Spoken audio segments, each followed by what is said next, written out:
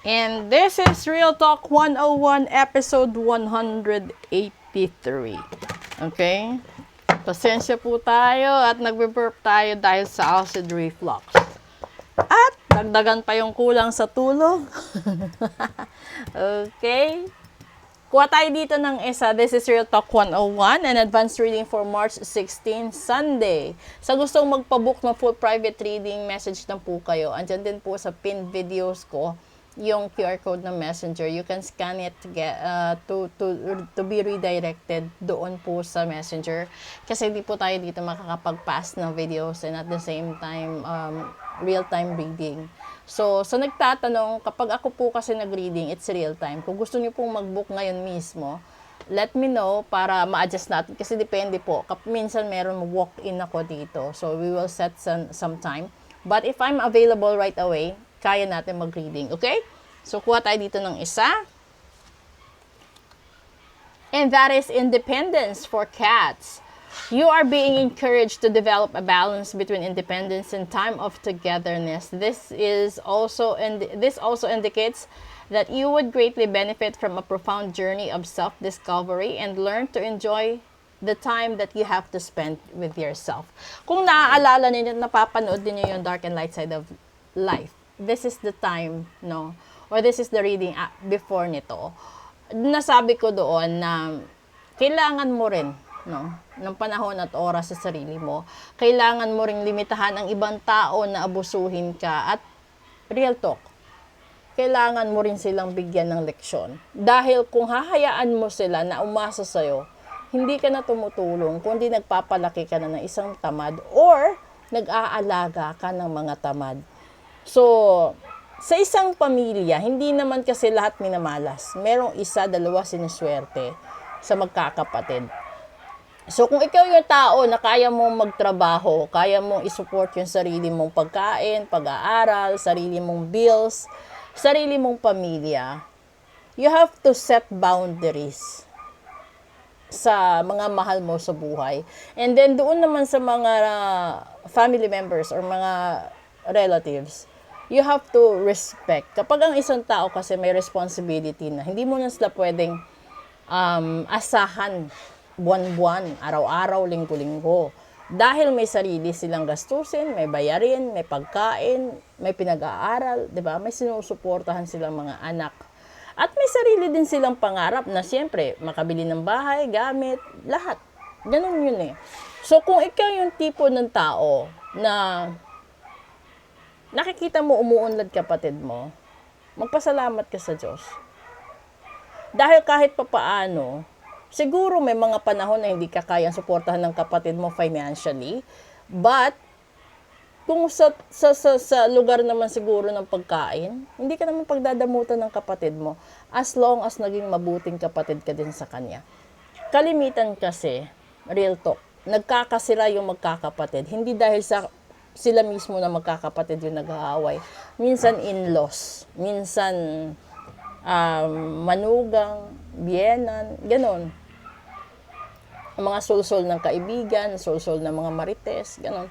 So, doon naman sa trabaho, yung pagiging sip-sip mo sa boss mo, huwag ka nang magsip-sip. Kasi kahit anong gawin mo, hindi ka naman magiging may-ari ng kumpanya. Hindi ka rin magiging manager. Lalong-lalo na kung yung manager mo mismo is yung owner ng company. So, siguro yung pinakamainam na gawin, irespeto mo kung ano yung meron. Tapos magpasalamat ka kung nabigyan ka. Pag nabigyan ka, natulungan ka isang beses, wag mo nang ulitin or wag mo nang abusuhin. Kasi hindi sa lahat ng bagay, yung taong tumulong sa'yo ay may extra. Dahil siya mismo, may panahon din na nagkakasakit, may panahon din siya na nagkakaroon siya ng absences, may panahon din na may emergency din siya sa sarili niyang pamilya. Kaya minsan nakakapag-advance siya sa boss niya at ipapadala niya sa pamilya, lalong-lalo na kung medical issues.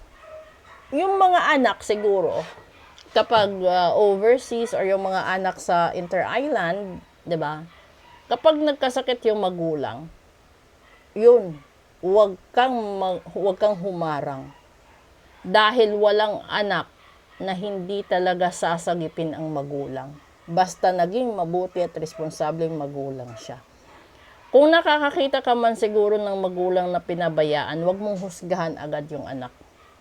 Dahil hindi mo rin alam bakit siya nakaramdam ng downside na hindi siya tumulong sa magulang niya. Kung meron kang tatanungin yung magulang, tanungin mo, bakit hindi ka tinutulungan ni ate, ni kuya, 'di ba? Pag ganun, kasi minsan mas mabilis pa yung judgmental na side kaysa naman sa katotohanan. Doon naman sa mga anak, kung pinaampon kayo ng magulang nyo, or sa tingin nyo hindi kayo pinapansin ng magulang nyo dahil sa magkakapatid. Yung iba kasi, real talk ha, nakukuha nila yung independence nila dahil sa paghihigante, dahil sa pagkakaroon ng inggit, or dahil sa pakiramdam nila may paborito yung magulang nila. Pero yung hindi nila alam, may mga magulang na kapag nakikita nila yung anak nila independent, matapang, malakas, porsigido sa buhay, yung inaalagaan ng magulang, yung weak, yung parang hindi pa alam yung ano niya sa sarili. Hindi pa niya alam kung ano yung goal niya sa buhay. Kaya dapat palawakin yung pag-iisip or pag-iisip dahil kalimitan, kapag malaki yung kumpiyansa ng magulang mo sa'yo, nasasabihin niya, ito yung anak ko, independent na ito, marunong na siyang magsinop sa pera niya, marunong siyang gumawa sa mga responsibilities niya. Kaya yung magulang, kampante. Pero yung anak, pakiramdam niya, pinapabayaan siya, at saka yung paborito, yung inaalagaan. Hindi. Kasi minsan, sa magkakapatid may sakitin. Sa magkakapatid may mahina. Sa magkakapatid, kahit sabihin natin yung top notcher yung lahat kayo, may isa eh. Nasasabihin natin, Dean's Lister lang. Sasabihin natin, regular lang siya, di ba? Yun yung pinagtutuunan ng magulang para maging level lahat ng anak niya. So, hindi ibig sabihin na pinapaboran siya. May magulang din naman na totoo talagang pinapaboran. Lalong-lalo na kung yung isang anak, halimbawa, nasa medical field yung magulang. Tapos yung isa gusto din maging medicine. Pero yung isa ayaw. Gusto lang maging musician. Yung iba naman gusto maging businessman. Doon nagkakaroon din ng conflict sa estado na yun ng buhay. Pero literal, sa overall, if you want to gain your independence, you should know how to earn your own money, how to pay your own bills, and how to buy your own clothes and your own house, your own car. Kasi if you can do that, then nobody will be able to demand or nobody will be able to interrupt, no, on how you run your own life, because that is your independence, that is your own happiness. And siguro kung meron akong gustong idagdag, if you gain everything out of your own effort, then you have to share some of your blessings sa less fortunate na tao. Kasi it is already written in God's Bible na tumulong ka kapag may extra ka. Yung iba nga tumutulong kahit walang extra, di ba? So sana maging magandang lesson po yan sa mga pamilya, sa mag-aaral, sa ngayong panahon, no? Huwag niyo isipin na kapag hindi kayo binilhan ng cellphone, hindi kayo binilhan ng tablet, laptop, hindi na kayo mahal ng magulang nyo.